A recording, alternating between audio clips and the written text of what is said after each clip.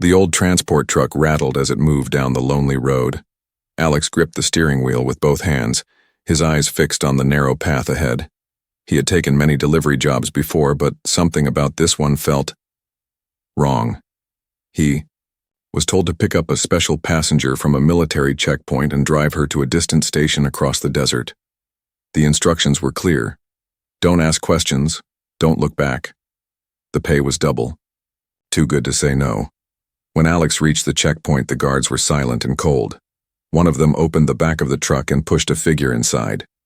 She doesn't talk. Just drive, the officer said, slamming the door shut. Alex peeked through the rear mirror. His eyes widened. It was a girl, not human. Her skin was light blue, with silver marks on her face like tribal lines. She wore a thin, torn dress that barely covered her body. Her arms were chained tightly. Her eyes were glowing softly but filled with fear. She didn't scream or cry. She just stared forward like someone waiting to die. Alex didn't speak. He started the engine and drove. The desert road stretched far ahead, silent and endless.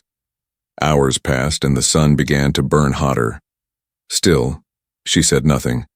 She just sat quietly in the back corner. But Alex couldn't ignore her anymore.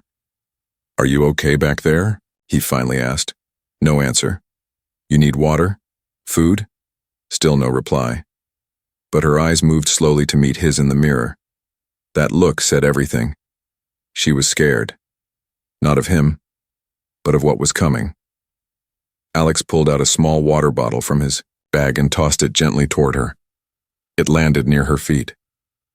She looked at it, then looked back at him. Still, she said nothing. But after a minute, she leaned forward and took a sip. Her chained hands struggled, but she managed. Alex sighed and turned his eyes back to the road. This wasn't a normal job. A few miles later, the GPS asked him to take a turn, off the main road. Route change detected. Proceed to Sector 9. Sector 9? That was near the old burn fields. No one went there anymore. It was where the military dumped bodies, rebels, prisoners. Alex's hands tightened on the wheel. He looked in the mirror again. She was looking out the window now, her face pale and still. He pressed the button on his dashboard. The screen blinked. Base, confirm location. Why the change in route? No reply. He tried again. Base, come in. Static. Only silence. He looked back again. She was staring at him now. "You know where you're taking me?" she said finally. Her voice was soft, dry, almost broken. Alex was surprised. "No. I was just told to deliver you." She shook her head slowly. "You're taking me to die." Alex felt a cold shiver run down his spine. "What are you talking about?" he asked. "They said I'm dangerous, but I only saw something they wanted to hide." Alex slowed the truck. "What did you see?" "They killed my people."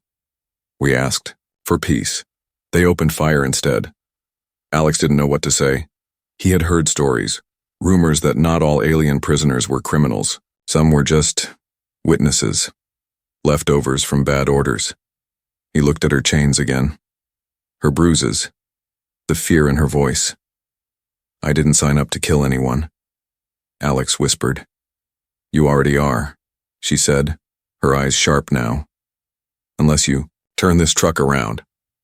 Alex turned his face forward again. The road ahead led to darkness. He didn't know what waited in Sector 9, but he now believed her. This wasn't a transfer. This was an execution. He swallowed hard. He had a choice to make. Drive forward and forget this girl, or turn around and risk everything. The engine hummed. The desert wind howled. The girl closed her eyes, and Alex reached for the wheel. The truck rolled forward under a dying sun, its wheels crunching against broken rocks and red sand. Alex stared at the GPS again. The line still blinked, leading him to a place called Sector 9, a zone he had never delivered to before. He switched to manual map view. No name, no city, just a dead zone marked with faded warning signs. In the rearview mirror, the alien girl sat quietly, her glowing eyes watching everything.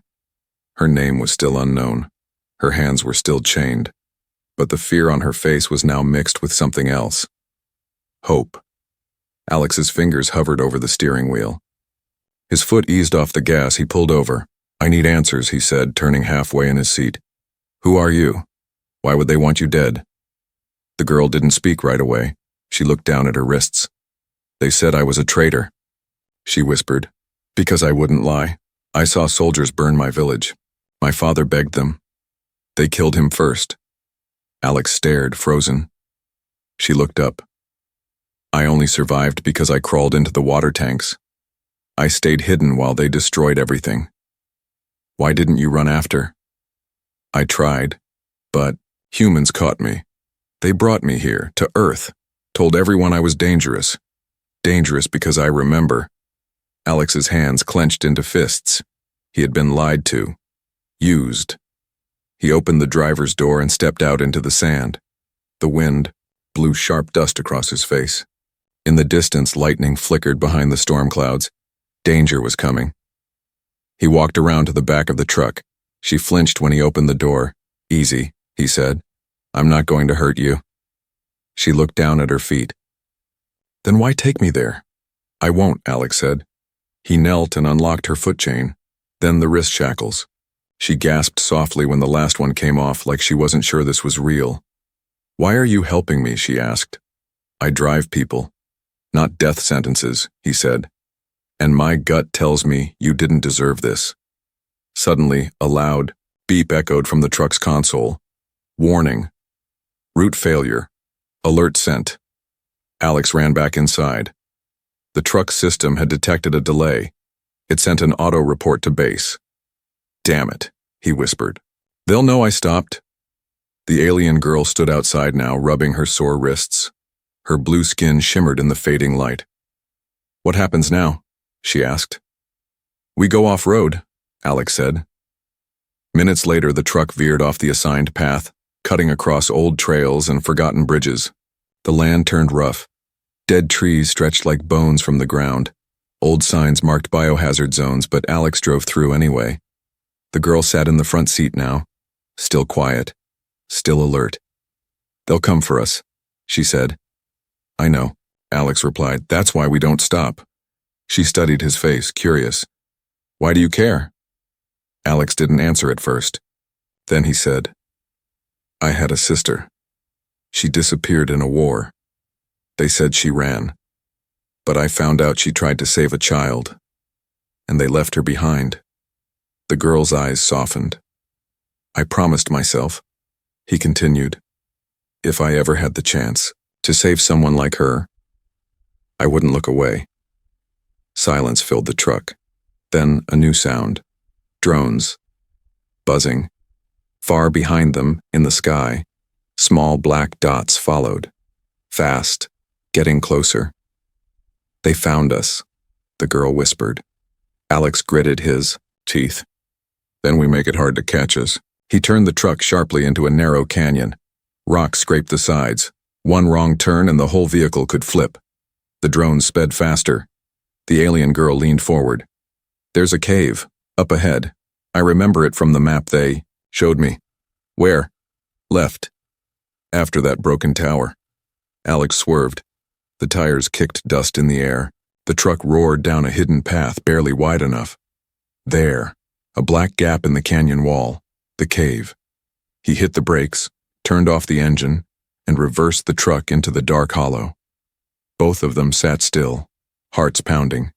The drones flew past overhead, scanning. They didn't see them. Not yet. Darkness swallowed the truck. The alien girl breathed slowly. "You saved me." Alex looked over. "Not yet, but I'm trying." Thunder rolled across the canyon skies. The rain had arrived, not soft or gentle, but harsh and cold, hitting the truck's roof like falling stones. Inside the cave, Alex lit a small lamp. The cave was dry but smelled like dust and rusted metal.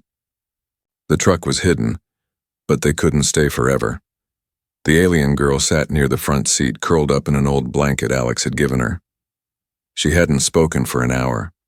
Her glowing eyes stared at the storm outside, as if watching memories come alive in the flashes of lightning. Alex poured hot water into 2 metal cups using a small camp stove. He offered her one. She took it slowly, hands still trembling slightly from the chains that had bruised her skin. "You're safe here," he said softly. "No one's safe," she whispered. The flames from the stove flickered. Alex didn't speak. He knew she needed time. The silence was long, but not empty. And then she began to talk. "I was born on a moon called Thalara," she said quietly, eyes not meeting his. "It was full of silver trees, soft blue rivers, and floating lights. We were peaceful. We believed in healing, not war. But when your kind arrived, that changed." Alex stayed still, listening. "They said they came for trade. We welcomed them. We even gave them healing stones and energy roots. But behind their smiles, they carried hidden orders." She paused, eyes staring into the fire. "One night I saw ships land without lights. Soldiers in black suits came. They shot the guards first. My uncle tried to protect the village. He died in front of my sister. She was 8. Alex's throat tightened. Rain slammed harder outside like it wanted to silence her. I ran to the river tanks, hid under the stones. I heard the screams, smelled the smoke. The next morning, there was nothing left but ashes. I walked alone through the ruins. My sister was gone." Her voice cracked slightly, but she did not cry. "I wandered for days. The humans found me, not the kind ones, the ones with orders. They scanned my mind. They saw everything I remembered. And then they locked me in a ship." Alex's hands tightened around his cup. "They said I had seen too much, that I was dangerous, that I'd tell others what happened. But all I wanted was someone to believe me." She looked at him now for the first time fully. "You believe me?" Alex nodded once. "I do." Lightning flashed again, lighting up the cave's jagged walls. The girl looked away, tears finally falling down her cheeks. "No one ever believed me before," she whispered. "Not even my own kind. They thought I was broken." "You're not," Alex said gently. "You're just a survivor." She wrapped the blanket tighter around herself. "You were supposed to deliver me to Sector 9. That place, it's not a prison. It's a furnace. It burns away evidence, bodies, secrets, people." Alex felt a chill crawl down his spine. Now he knew.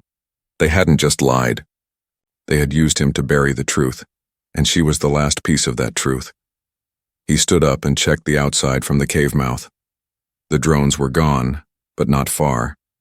The rain had helped them escape for now, but once it cleared, sensors would return. He had to plan fast. "We can't stay here," he said. "I know," she replied, "but you don't have to help me anymore. You've already risked too much." Alex turned back, shaking his head. "If I drop you now, I'm no better than them." She studied his face. "You're not like them."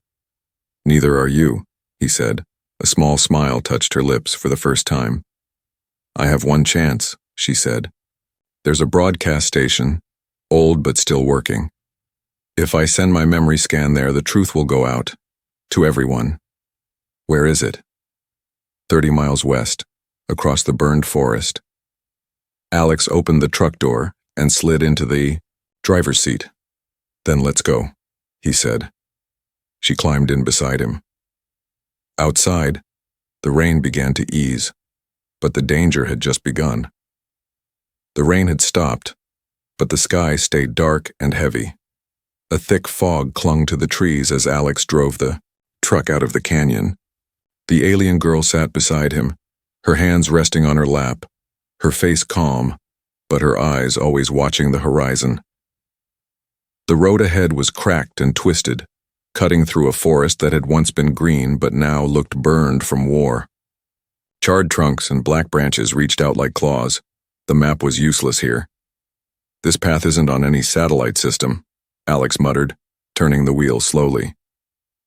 "You're sure the broadcast station is this way?" "Yes," she replied. "I saw the route on the soldier's datapad.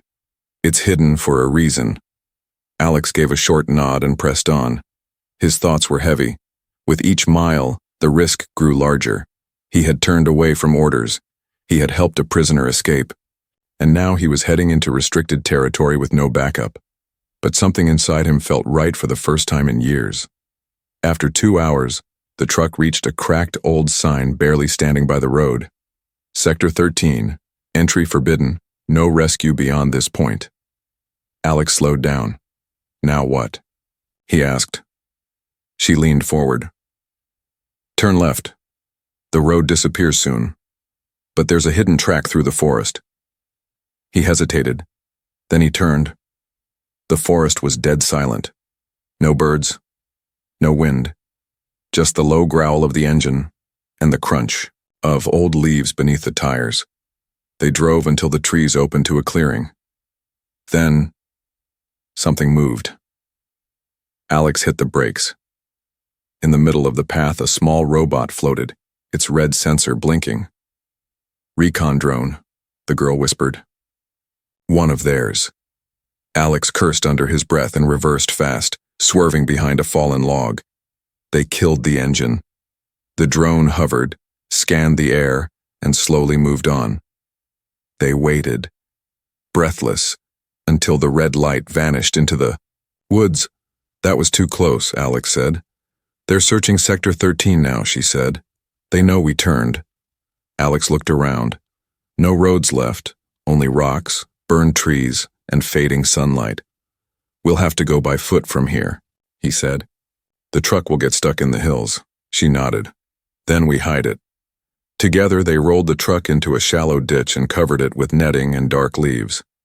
Alex grabbed a backpack with water, ration bars, and a small energy knife. "You ready?" he asked. The girl, now in an old human jacket and scarf, gave a brave nod. "Let's finish this." They walked for hours under the dying light. The ground was rough and uneven. Sharp rocks cut their boots. Branches scratched their faces. But neither of them complained.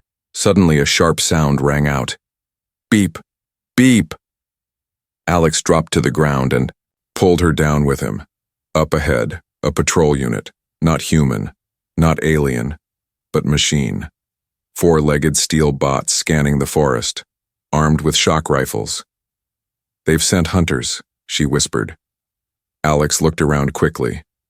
There, an old bunker. They dashed toward a broken concrete structure half buried under roots. Inside it smelled of mold and rust, but it gave them shelter. The bots passed by slowly.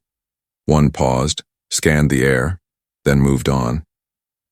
Inside the bunker, the girl lit a small light from a cracked energy cell.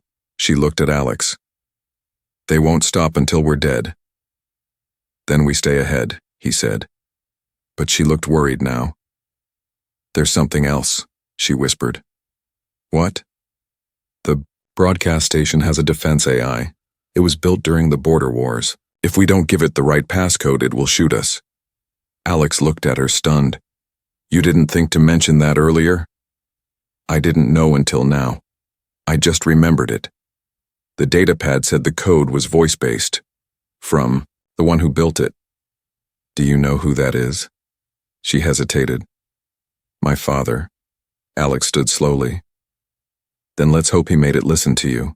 They waited until the bots had left, then slipped out of the bunker and continued west. The land rose into low hills. The wind had picked up, colder now.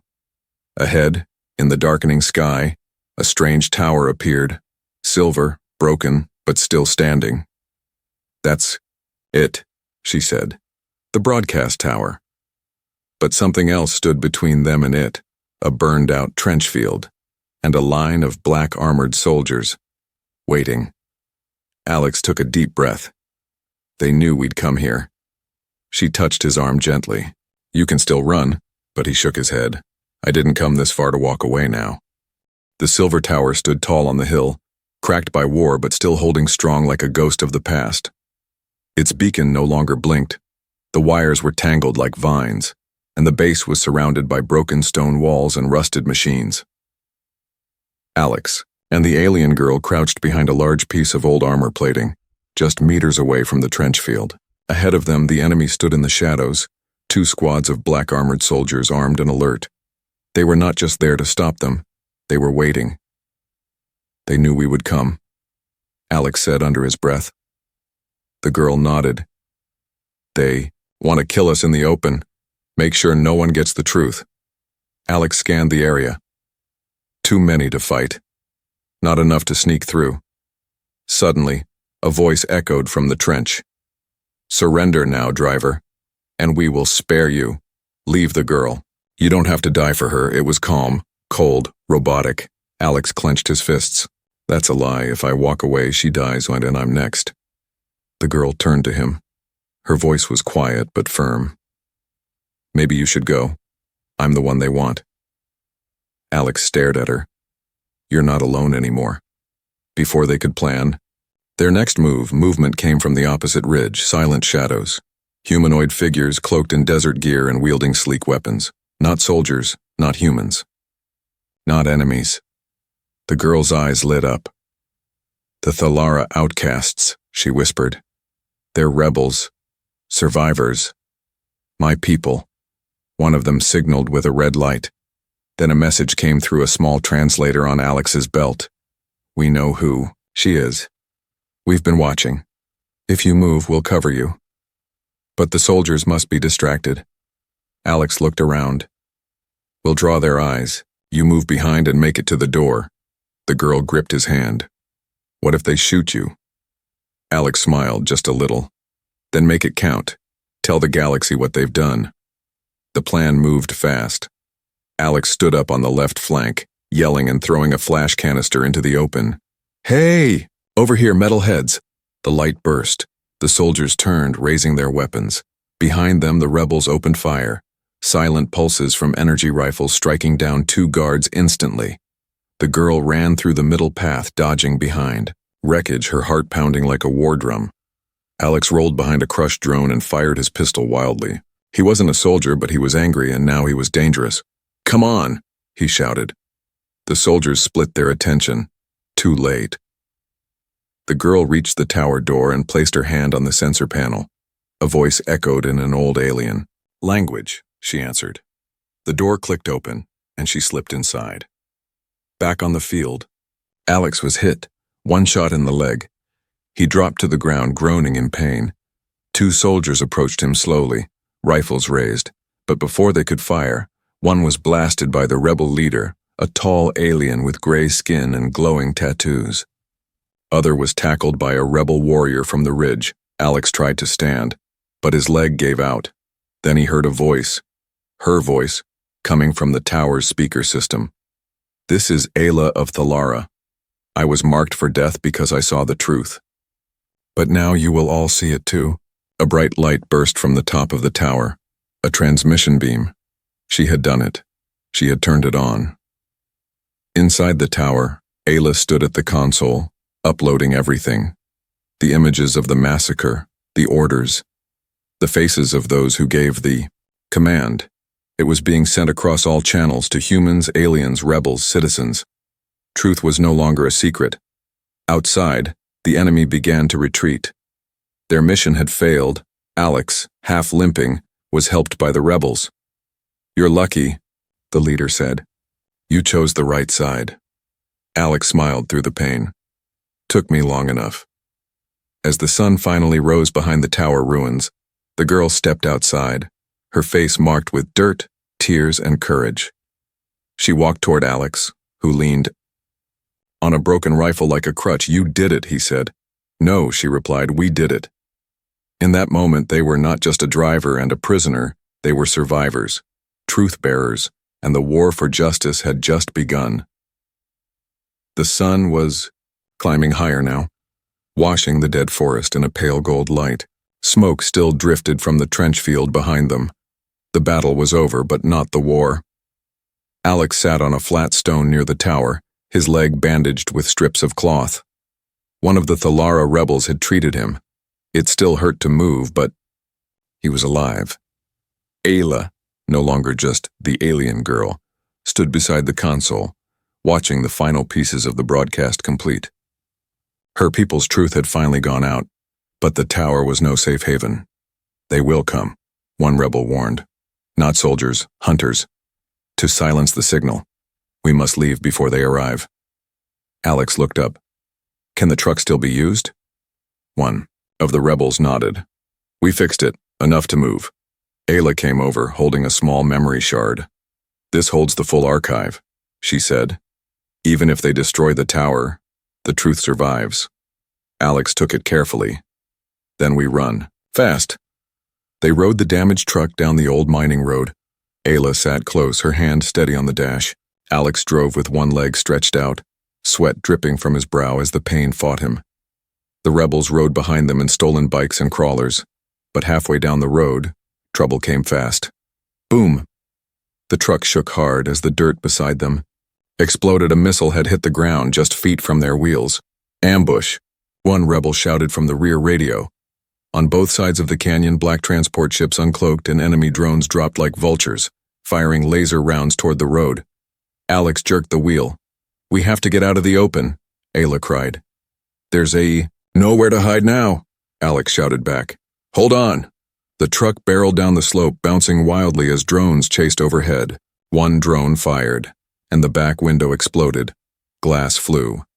Ayla threw her body over Alex to shield him. More blasts came. The rebels returned fire, taking out one drone, but more kept coming. Then, the road disappeared. Ahead of them was a fire trench, a long stretch of old fuel lines now leaking and smoking. Alex's eyes widened. That's the fire road. One shot and the whole place goes up. Ayla pointed. No choice. Through it now. Alex gunned the engine. Behind them, one of the rebel bikes was hit. It flipped and burst into flames. The canyon echoed with screams and laser fire. As they hit the fire road, a spark landed near the truck. The fuel lit up. Boom! A wall of fire erupted behind them, chasing the truck like a living monster. Inside, heat blasted their faces. Alex kept driving. Metal panels began to glow. The tires melted slightly with each spin, but he didn't stop. Then the engine screamed. The truck began to slow. We're losing power, Alex shouted. Ayla looked around. Abandon it! He hit the brakes. They jumped out. The rebels caught up and pulled them onto a crawler, racing away as the truck burst behind them in flames. They sped through the winding paths, finally reaching an old train tunnel from the war era. Safe. For now. Everyone caught their breath in the shadows. Alex leaned back, his shirt soaked with sweat, blood, and soot. Ayla handed him water. You almost burned with it. He gave a tired laugh. Would have been a dramatic way to end, but not the right way, she said. Alex looked around. What now? We can't keep running forever. One rebel leader stepped forward. Now the galaxy knows the truth, but they'll try to twist it. Say it's fake. Say she was a traitor. We need to bring her somewhere no lies survive. Where? Alex asked. The leader looked at Ayla. The Galactic Tribunal, in deep space. If she speaks there, the truth becomes law. Alex looked at Ayla. She nodded, eyes calm and focused. I'll go, she said. But I want him with me. Alex blinked. Me? You didn't just save me, she said softly. You believed me. And they'll believe you too. Outside the tunnel, the fire still raged, but inside, something else had started. A mission. A fight, not just for survival, but for justice. The stars outside the window were quiet and endless. Far from Earth, far from war zones and broken promises, the Galactic Tribunal ship floated like a silver spear in the dark. Inside, truth was not just spoken, it was recorded, judged, and passed into history. Alex sat nervously in the back of the chamber, his legs still sore, wrapped in tight bandages. Clean clothes covered the burns on his arms. His eyes never left the girl standing at the center of the great hall. No longer just a fugitive. Now Ayla of Thalara stood as a witness, The chamber was filled with delegates, humans, aliens, machines. Some wore gold, some wore scars, some wore silence. Ayla's voice echoed through the tall glass dome above them. They told you I was dangerous, that I carried secrets meant to die with me. But the only secret I carried was the truth. Behind her, a large hologram lit up. Images played, village fires, humans in black armor, alien civilians running, her father falling to the ground with arms raised. Delegates murmured. Some gasped. Some lowered their heads. Alex watched from his seat, remembering the trench. The fire road, her screams in the dark. She had survived it all, and now the truth was free. When her statement ended, silence filled the air. A tribunal machine judge floated down slowly, its many eyes blinking. Driver Alex Caro, it said in a deep voice. You were her escort, her protector. Why did you betray your orders? Alex stood up. Everyone turned to him. He cleared his throat. At first, I just wanted the money. I didn't ask who she was. I didn't care. He paused. But then I looked at her face, and I knew. She wasn't a criminal. She was just a girl who saw something terrible. He took a deep breath. I broke the rules, but only because the rules were already broken. A long silence followed. Then the tribunal replied, Your actions risked war, but they also prevented one. Another machine judge spoke. We confirm her memories are valid. The images are unaltered. The attack on Thalara was a cover-up. Gasps spread through the room. Some officials stood and walked out in shame. But Ayla remained still. Later in a private room, Ayla looked out the window as Earth shrank in the distance. They believed me, she said quietly. They had no choice. Alex replied, You showed them everything, but belief doesn't erase the past. No, Alex said, but it saves the future. She turned to him. I want to go back to Thalara. What's left of it? I'll come with you, Alex said. She smiled faintly. Still want to be my driver? He laughed. Only if the road's not on fire this time. Weeks later, they arrived on Thalara. The silver trees were starting to grow again, young and green. Survivors returned from hiding. Children played in rivers that once ran red. Ayla walked through the village ruins, her feet quiet on the soft soil. Alex followed beside her, a bag of seeds on his shoulder. They passed a broken statue of her father. She stopped. I told his story, she said softly. Now I'll plant his memory. They knelt and planted the seeds near the statue. As they stood, Ayla looked up at Alex. You didn't just save me, she said. You gave me back my voice. And you gave me a reason to use mine, Alex replied. Above them, a clear blue sky stretched across Thalara, a world that almost died, now alive again. The fire was over, but the truth would always burn bright.